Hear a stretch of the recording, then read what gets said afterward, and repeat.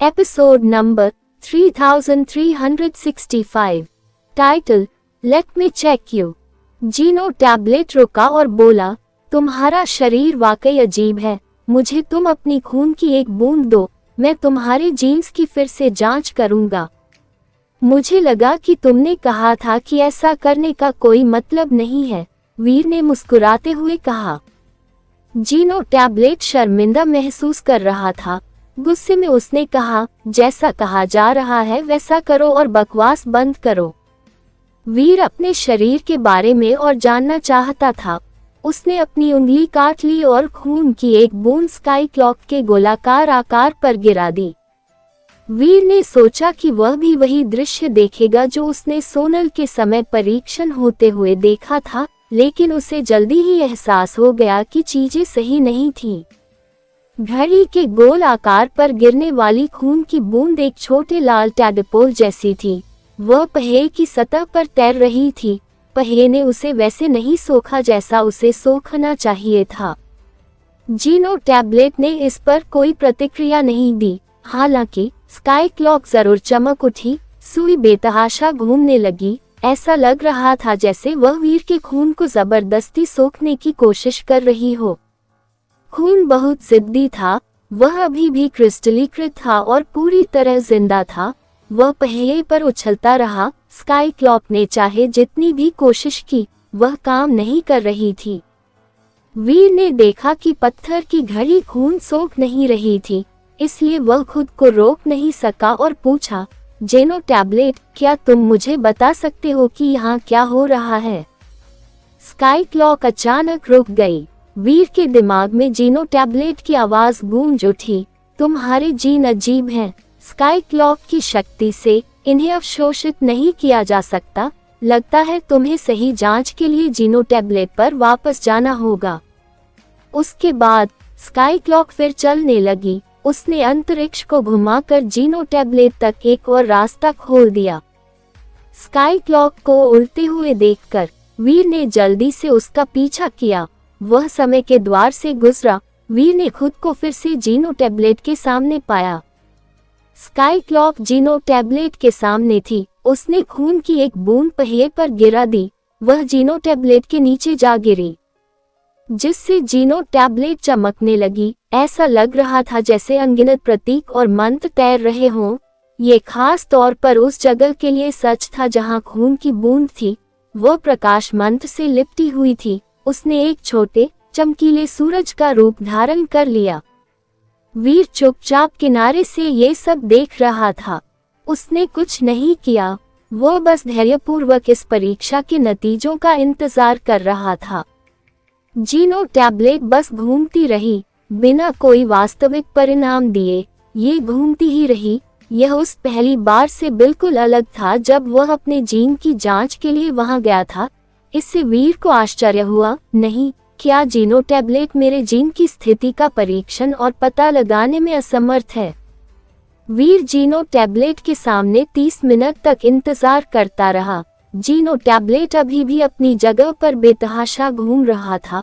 पूरी चीज चमक रही थी और घूम रही थी, जिससे दुनिया जगमगा रही थी, मानो कोई मशीन ओवरक्लॉक स्पीड से चल रही हो। अजीब, ये सचमुच बहुत अजीब है। स्काई क्लॉक की जीनो टैबलेट से कुछ अजीब सी आवाजें आ रही थीं। अब क्या हो रहा है? वीर ने जल्दी से पूछा।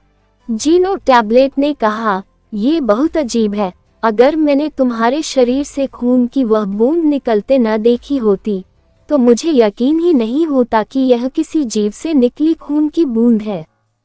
वीर को समझ नहीं आया, इसलिए उसने पूछा, इसका क्या मतलब है? जीनो टैबलेट ने अजीब तरह से कहा, ये कहना कि यह खून की एक बूंद है, ज्यादातर गलत है।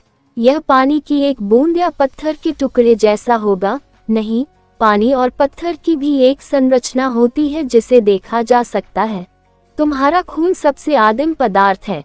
ये पूरी सृष्टि का सबसे बुनियादी और आदिम अस्तित्व है। इसका विश्लेषण या विघटन नहीं किया जा सकता। ये कैसे संभव है? वीर स्तब्ध रह गया। मुझे पता है कि यह नामुमकिन है। लेकिन जीनो टैबलेट द्वारा तुम्हारे खून के विश्लेषण से सचमुच ये नतीजे नहीं निकलते। मुझे एक और बूंद खून दो, मैं इसे एक बार फिर से जांचना चाहूंगा। जीनो टैबलेट की आवाज ऐसी लग रही थी मानो उसे जल्दी हो। वीर हिचकिचाने वाला नहीं था। ये स्थिति उसके अनुमान से कहीं ज्यादा गंभीर होने लगी थी। यह एक बड़ी पहेली थी। वह और जानने के लिए बेताब था। उसे नतीजे चाहिए थे। वीर ने अपनी उंगली भींची और जीनो टैबलेट पर और खून गिरा दिया। इस डर से कि एक बूंद काफी नहीं है, उसने निशाने पर खून की और भी बूंदें गिरा दी। तुम्हें थोड़ा पीछे हटना चाहिए, जीनो टैबलेट ने कहा। मैं तुम्हारे जीन का विश्लेषण करने जा रहा हूँ। वीर थोड़ा पीछे हटा। उसने देखा कि जीनो टैबलेट ऊपर उठ रहा था। जीनो टैबलेट पर सारे चिन्ह और शब्द चमक रहे थे, मानो कोई मशीन पूरी शक्ति से चल रही हो और पूरे जोश से काम कर रही हो।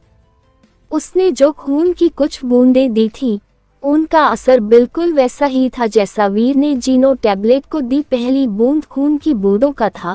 वे जीनो टैबलेट की सतह पर चुपचाप चिपक गईं।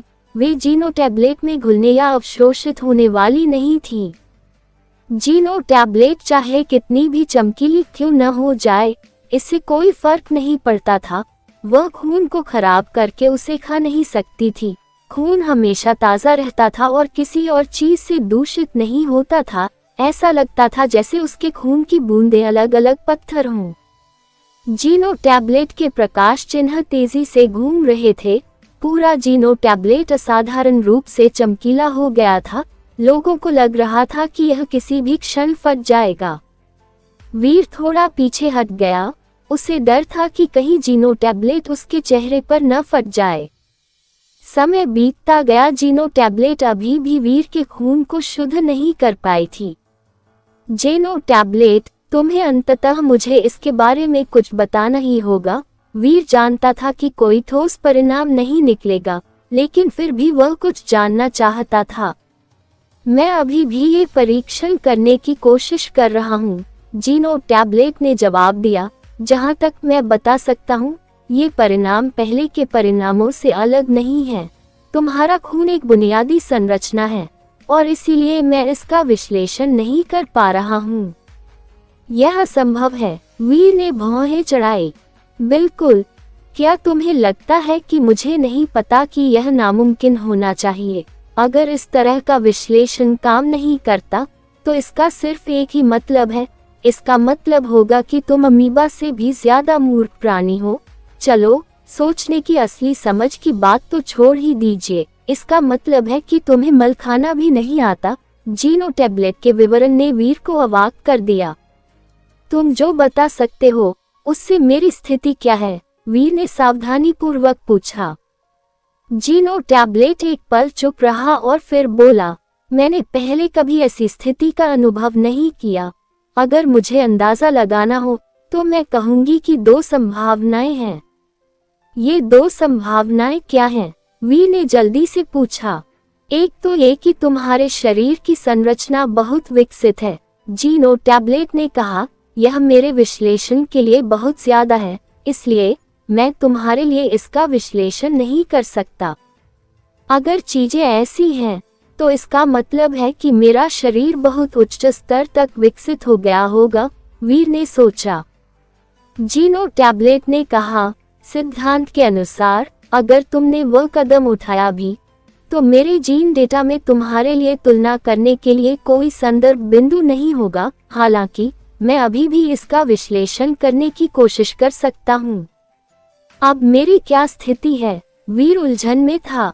कुछ देर चुप रहने के बाद जीनो टैबलेट की आवाज फिर सुनाई दी।